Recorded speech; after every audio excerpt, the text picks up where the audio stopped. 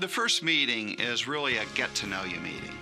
We're going to sit down. Typically, the meeting will last about an hour. We're having a conversation. My job is to ask them some questions about where they are, what some of their goals are, what some of the key objectives they have in meeting with me, where they are to this point, and really what brought them in to see me. And now I'm at the point in my career where I have a lot of people that are dependent upon me to provide them with all the guidance and all the advice that we do on a day-to-day basis. You spend your working years trying to build up your assets, trying to build up pension credits at your job, trying to grow your nest egg so that you can one day retire when you can't work or don't want to work anymore. And that's a period followed by phase two, which is retirement. And your priorities in these two phases are very different, but many times we see people don't make that shift and they still act like they're in phase one when they really should be acting like they're in phase two. We're going to talk to you about what we commonly refer to as the second half of the game. And what I mean by that is you're working your entire life towards retirement, and I'm assuming that most of you are, at that age where you're starting to consider some of your options as you move into retirement. And as you do that, you're moving from what we call the accumulation phase of your life, where you're accumulating your assets. Maybe you're participating in your company's 401k, maybe you're contributing to an IRA account or a Roth IRA account or some type of retirement vehicle. And now, as you retire, you're transitioning into the distribution phase, or the part where you're going to need income in retirement. So we're going to talk about some different ways to do that with an emphasis on Social Security.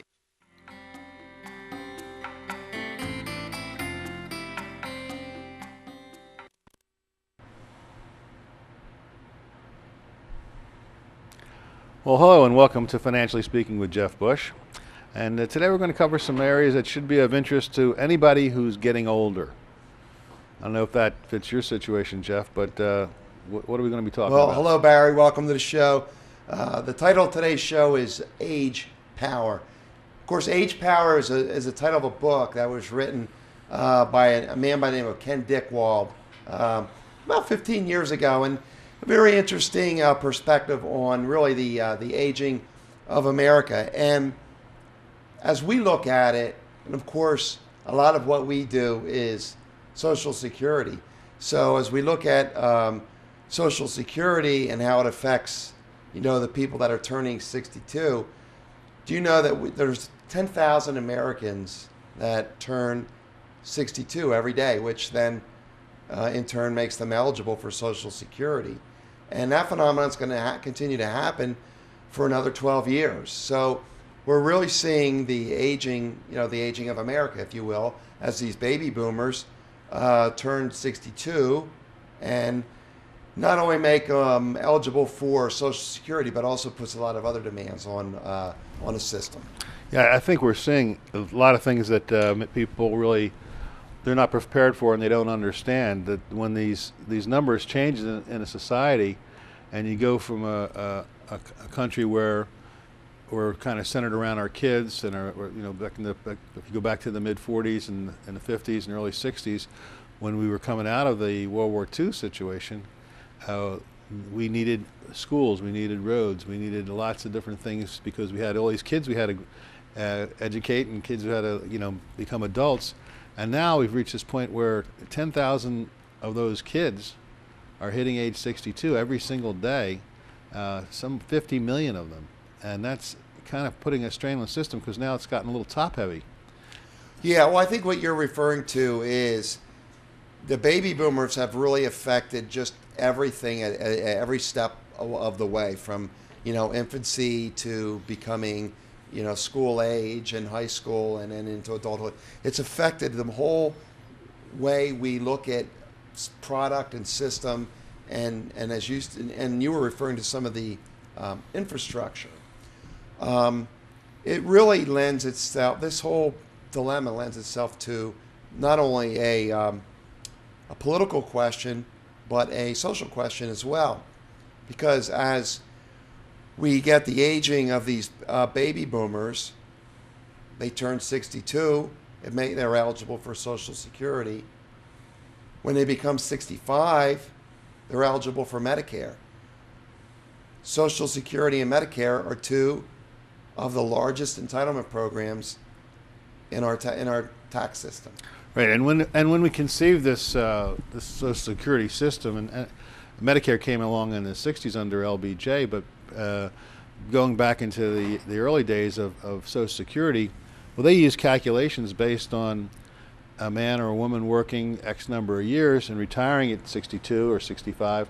They really didn't expect to pay them that long. Their life expectancies back in those days was probably 5 or 10 years, and so how much did they have to pay them? And plus, they had all these workers that were still under them working, contributing into the system, funding the system, and it was a different world. I remember the first Social Security recipient, I think she got $25, and she hardly paid anything into it because it was brand new. But it really is old age insurance, and it's one of the and in any insurance calculation, you always have to factor in the risks and the numbers and how many, how long, how many will have to be paid, and it's really gotten to be an equation that's getting it's got a lot of people concerned. Yeah, well, that's true, and not only are the demands on the Social Security system and the Medicare system, but also if you look at a broader social impact, as more and more people live into their 80s and 90s, it's creating another dilemma, and that is long-term care. A lot of these people have need for care, for long-term care as they get older. So what does that mean? A lot of adults are caring for an elder parent. It's very prevalent. I think I read that there's 22 million households in this country where someone is elderly and needs care. So they're caring for an elderly parent in some way, shape, or form. 22 million. And it's not that uncommon in that same household to have kids in the household. Kids who are maybe in high school or junior high school or college. And so here the parents in the middle, it's what they call the sandwich generation. And these are people now that are in their 50s and are caring for a parent and children trying to raise their kids. And you talk about pressure on someone, that's a lot of pressure to be on. 4 generations yeah. we're seeing. Yep. So just to put it into a little bit of perspective of how things changed under our forefathers, so if we go back to 1910, how many people were age 65 or greater? In 1910? 1910. The total number? Over 60, I don't know. 3 million. Wow. 3 million. That's like the size of maybe Philadelphia suburban area too. Yeah. 3 million people. Fast forward to 2010, and I think we have the statistics up on the screen here. Fast forward to 2010, and we're looking at 40 million. 40 million people that are age 65 and older. Okay. Well, there's a number of reasons for that, and among them is, you look at the way medicine has changed. If you live to be 75 or 80 in the olden days, it was because you were an extremely healthy person. You had these people that they were just tough people and didn't pick up a lot of illnesses, and they just kept going. Now you can be 80, 90, 95, 100. You don't have to be that healthy.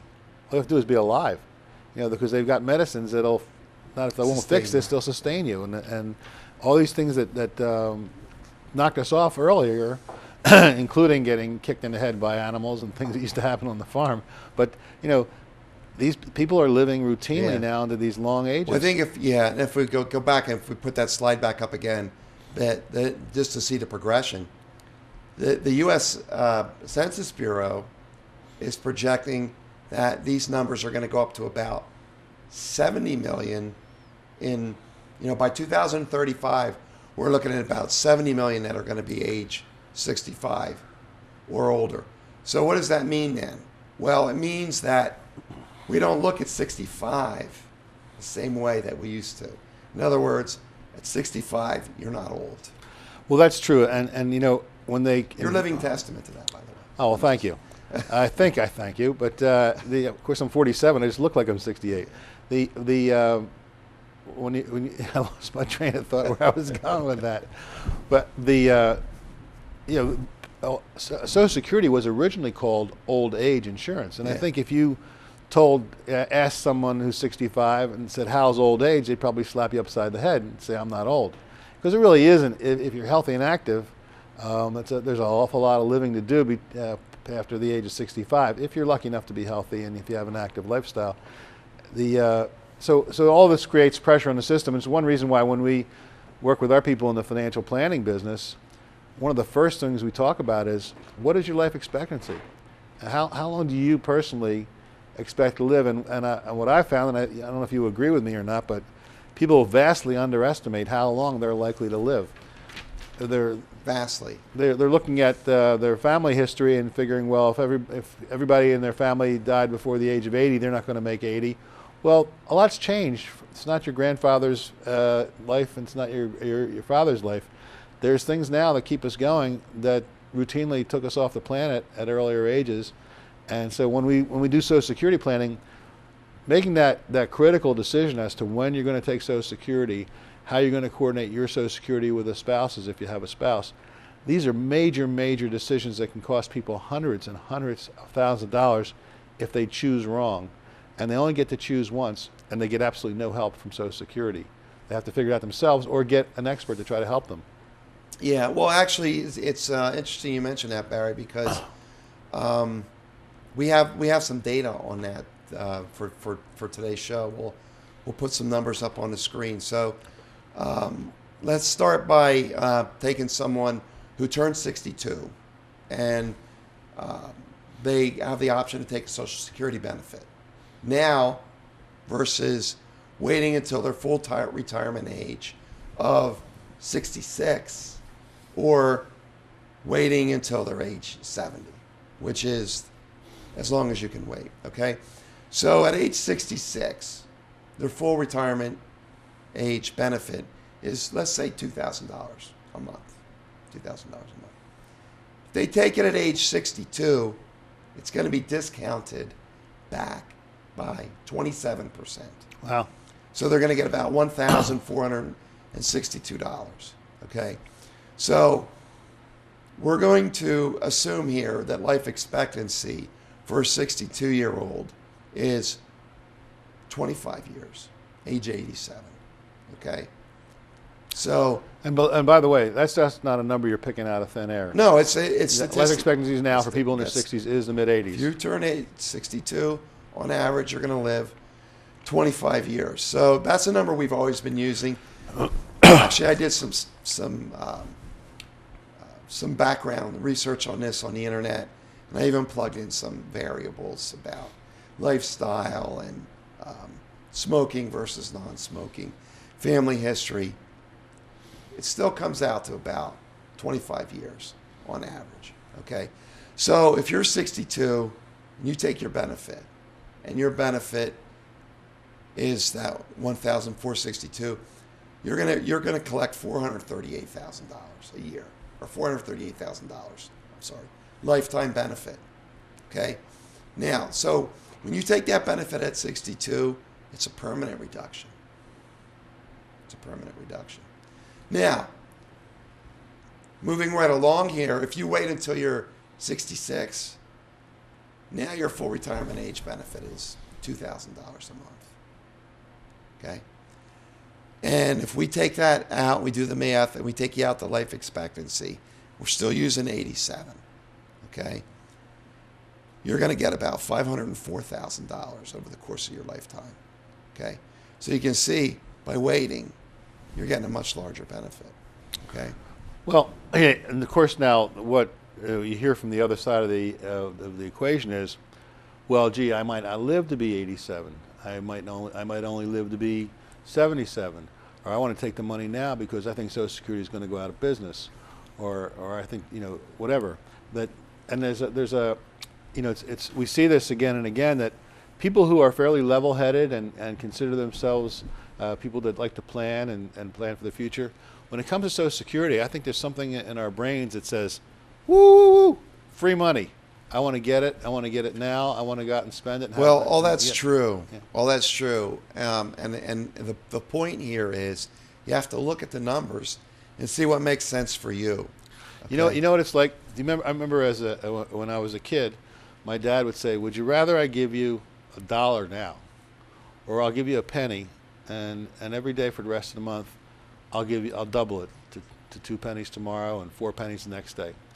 And when I was little, I said, "Yeah, I'll take that $1," because I couldn't visualize. As a child, it's hard to even visualize what 30 days is, or how long will be a month, or how much money could pile up.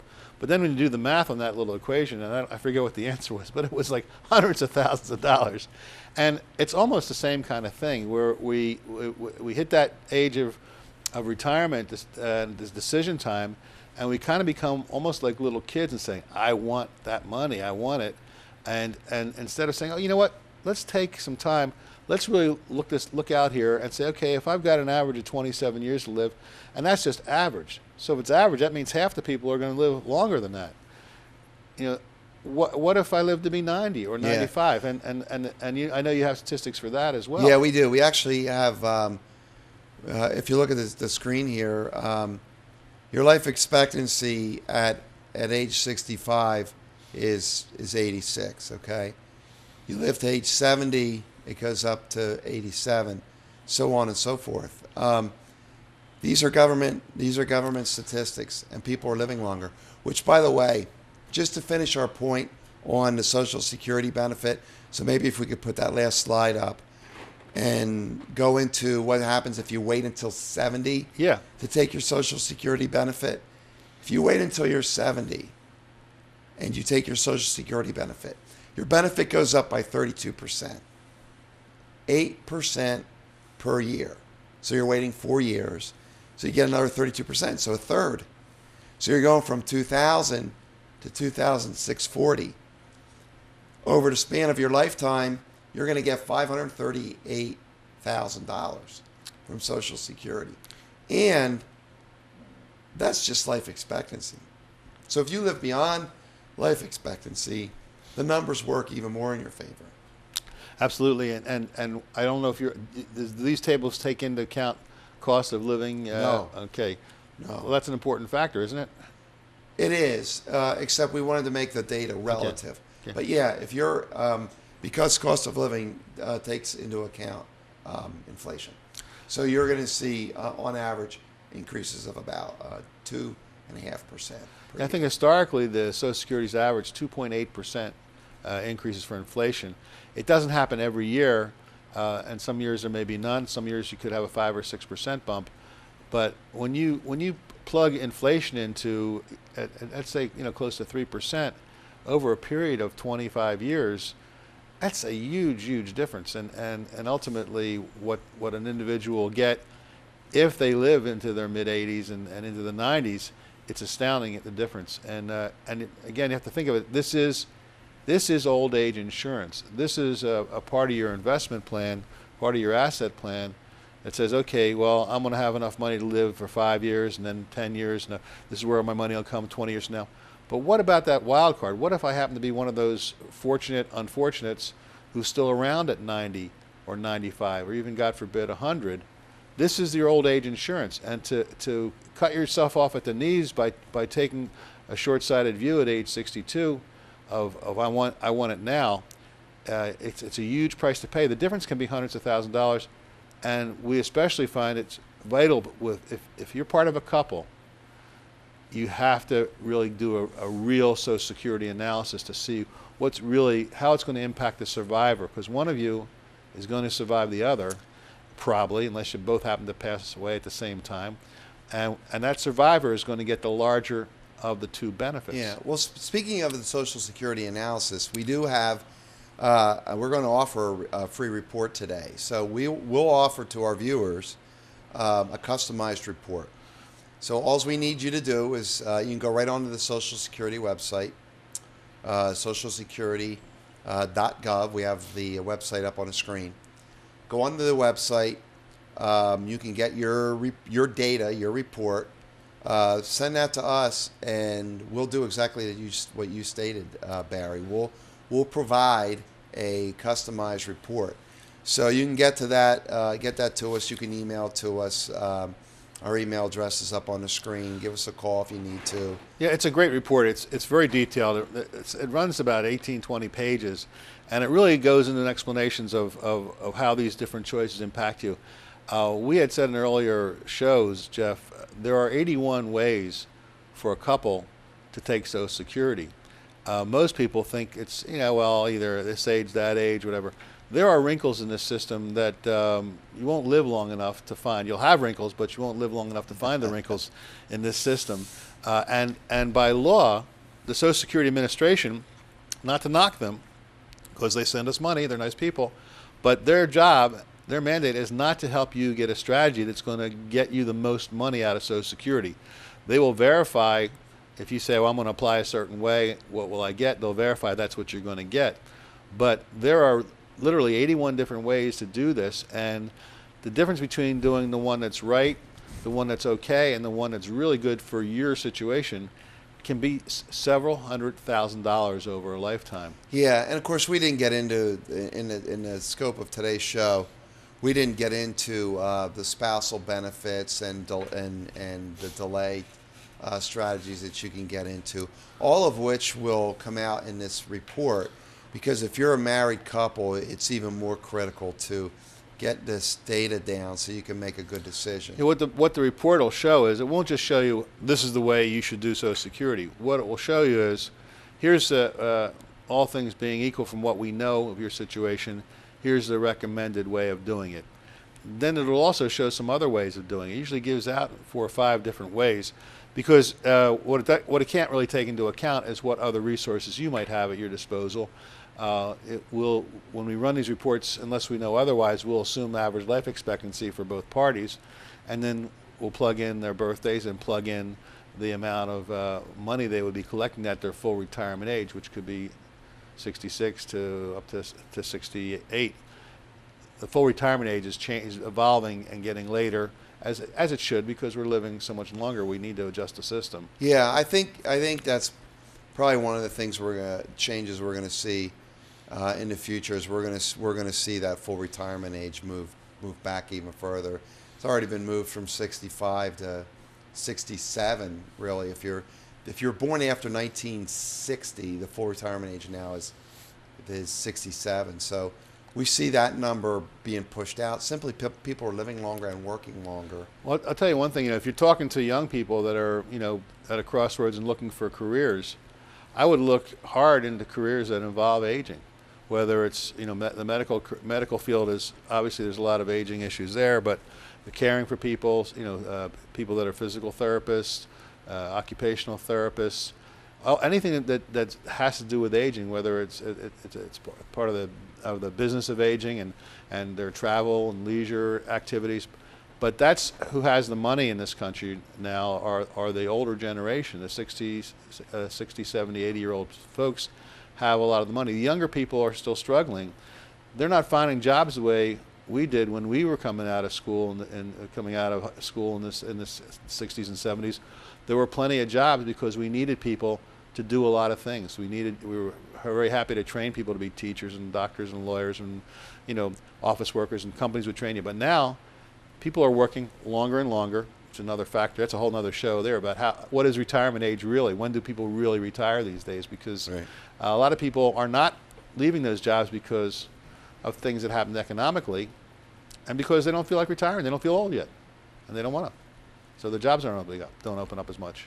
Well, that's true. And if you look at maybe 30 years ago, the emphasis was on how to cater to, again, the baby boomers, maybe that were in their 20s or 30s, and a lot of it was raising children and that kind of thing, like you mentioned, doctors and things like that. Now you're right, there's a lot more emphasis on these long-term care facilities, the aging facilities.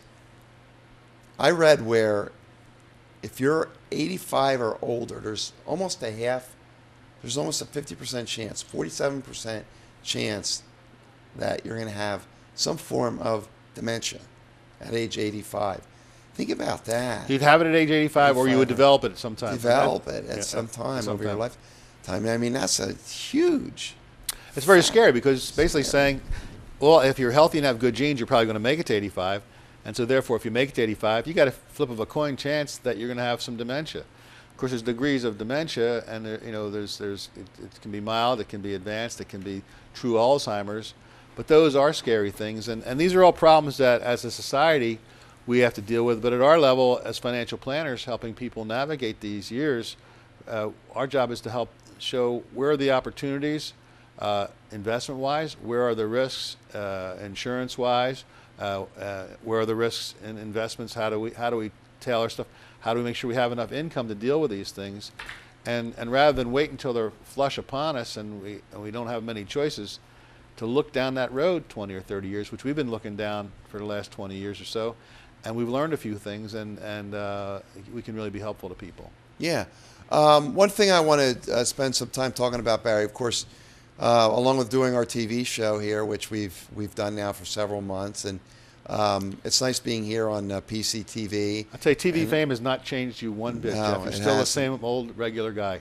Of course, not only are we shown here on the local station, PCTV puts the shows right out there on their website, and of course we put them up on our website. So it's truly a global thing here, and we're just really excited to do it. But in addition to that, we take our show on the road. So, and as luck would have it, we're going to be here in the Pottstown area at a couple of the local institutions, Sunnybrook Ballroom, and Lily's Grill, which is a new version of an older restaurant, not too far from where our location is, down on High in Hanover. So the dates are up on the screen. One of the things we talk about is Social Security during these workshops, so people can get out and learn even more than what we've been talking about here on the TV. Absolutely. So the Social Security workshop is about an hour or so, and people uniformly, when it's over, will come up to me and say, "I can't believe what I learned tonight. I learned so much about Social Security. I didn't know this. I didn't know that. Thank you." And we love doing it because, listen, this is a big need that people have. This is what you've worked for all your life, is to have a comfortable retirement, and Social Security is a foundation, and you got to make the most of it. Yeah, well, it's the old adage: you don't know what you don't know, right? Yes, So, the known unknowns and unknown Yeah. knowns and all that jazz. well, Yeah. and it's nice. We've been doing these workshops, the Social Security specific workshops we've been doing now for about 2 years, and we've really met a lot of nice people. We've really been able to help a lot of people. It's been a wonderful experience. These young kids of 62 and 63 and 60 come in looking to us for some wisdom, and no, it's great. There's no preparation that you can do for this stuff. We've been busy working all your life. You weren't studying to be a financial planner and weren't studying how to do income models and how to make the most of these things and projections and actuarial tables. That's what we do, but we put it into English so people understand it, and it's real helpful. Yeah. Okay, so if you're interested, we put the dates up on the screen. Great. If you're interested in coming out, again, just call our office, send me an email, and we'll get you tickets. We'd love to see you out there. We'd love to meet everybody out there in TV land. We'd love to meet you in person. Come on out. We're going to be at Sunnybrook. We're going to be at Lily's Grill. And they're always a lot of fun and very informative. So on that note, Barry, I think we're going to put a wrapper on another. Jeff, I have to congratulate you. You did a good job. You had absolutely no voice. You played hurt. You took it for the team, and Yeah. this is not your normal voice, but you did. Well, I you did a feel good- like sometimes, as they say in show business, the show must go on. Right? Are we in show business? Jeez, Yes. I'm going to give you an autograph. Give me a Yeah. piece of paper. Anyway, on that note, this is Financially Speaking with Jeff Bush, and we'll see you next time.